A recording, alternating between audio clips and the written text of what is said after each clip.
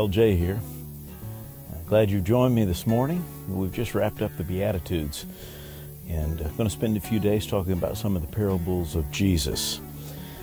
Just on down in the Sermon on the Mount, Jesus continues in verse 13 of chapter 5.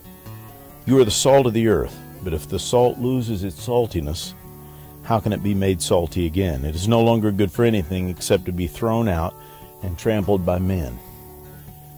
I want us to think for a second what that meant to the culture of the New Testament.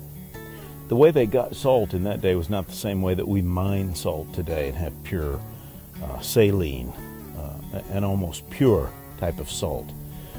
They would actually take water out of the Dead Sea, which has multiple times the salt concentration that our oceans has, so much so that nothing lives in the Dead Sea. And they would take that water and they'd put it in containers and let it evaporate. The first thing to dry out would be the salt. That's where they got their salt.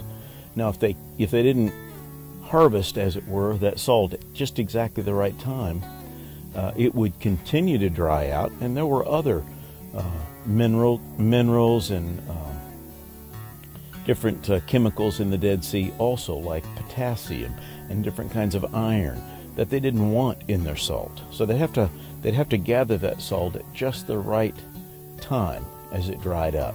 And if they waited too long, then those other chemicals would also dry in the mix, and they would have these other minerals in with the salt, and it would mess up the salt taste. The salt would lose its saltiness if it got polluted by these other things.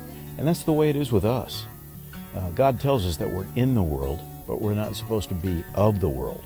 That's a very, very difficult concept and a very, very difficult formula to balance out in our lives. How is it that we're in the world and yet not of the world? It's tough. We want to be relevant to those around us, but at the same time, we can't become so much like the world that we get polluted by all these other things, and our salt has lost its saltiness.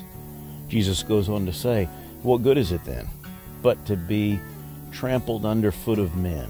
What it meant is usually at that time they would put it in pathways because it would literally kill out the vegetation.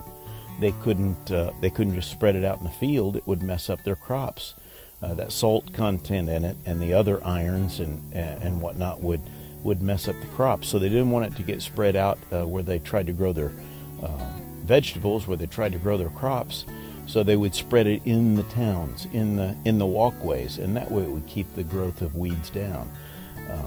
But it was no good as a seasoning, as something that made food better. That's what you and I are supposed to be. We're supposed to make things in the world better through our relationship with Christ. Sometimes when you eat a lot of salt, it makes you thirsty. We're supposed to make those around us thirsty to hear more of the things of Jesus. Hope to see you in the morning as we continue with our study of the parables of Jesus.